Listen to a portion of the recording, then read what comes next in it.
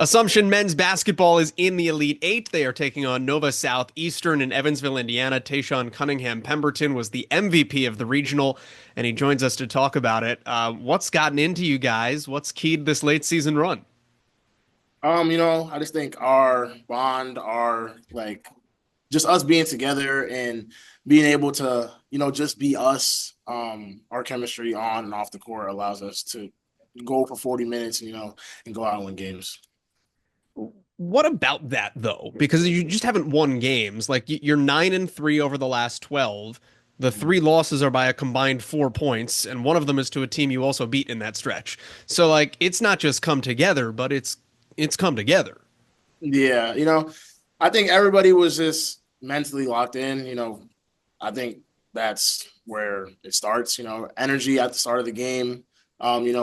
We have two groups that play, so just that first 2 minutes that you're in, just being able to get that energy going is something big for us. Depth has been key for you guys all year. You say you've got two groups that play, Yeah. almost quite literally.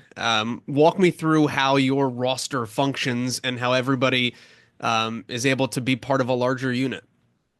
I think everybody is going out and trying to do their job to the best of their ability. We don't look at it as a starting five and a second five. Anybody can start really. So just going out and doing your job is kind of what we go out and feel like will win us the game. Where does that get instilled? I feel like that's a program culture thing, but it's I have to imagine hard for guys to say, "Hey, it's fine if I don't get the points as long as we get the points."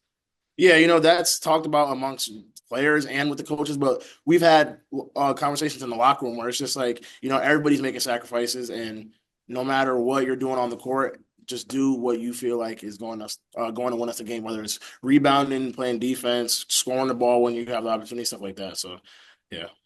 Let's talk about doing what you do to help your team win games because you're the MVP of the regional. You hit 45% of your free throws for the entire season in the last four games. So what is it about? I know you're a driver first, but what is it about you getting to the line in the last 2 weeks? I think I was just more determined. Obviously levels are raised when you're on a stage like that. So, I guess I was just more determined to get to the rim, and calls were going my way. What does it take for a guy to get to the rim, to finish through contact? Not everybody can do it. What's it take? Obviously it's something that's mental. It's physically bearing. I mean, you're getting hit a lot, taking a lot of punishment on the way to the hoop and stuff like that. So yeah, it's physical and mentally like bearing on you. How has your game developed in the course of your freshman year to elevating your role a little bit as a sophomore, now being, I mean, a critical piece down the stretch run? Yeah, freshman year, my way of getting on the court was playing defense and then rebounding the ball and stuff like that. And I try to continue to do that in this year as my role gradually got bigger, and then took on more of that scoring piece. So yeah, getting the ball and scoring is just something that I've added this year, more this year. This is your first experience in the NCAA tournament. Yes. What's it like? I mean, I feel like as a basketball player, you grow up thinking about playing in March and playing meaningful games in March and the madness and the craziness. And not only are you guys in the tournament, but I feel like the neutral site vibe now of the Elite Eight has to make it feel like you are doing the thing you always watched as a kid. Yeah, I know. I just try to take the experience in as we go. Not try to get too focused on just the experience. Obviously, we're here to for a reason, but I try to take it all in as we're going on, as we're going as a team. What's the trip included for you guys in Evansville so far? We've had some community service early on today. Went down to YMCA, so able to do some drills with younger kids. Kind of just get them doing some basketball stuff. Yeah. That's awesome. You guys have Nova Southeastern, one of the best programs in the country over the last couple of years. A, that's got to be exciting for you guys to have that challenge. And B, what's the game plan to help Assumption get over the hump and make it to the Final Four?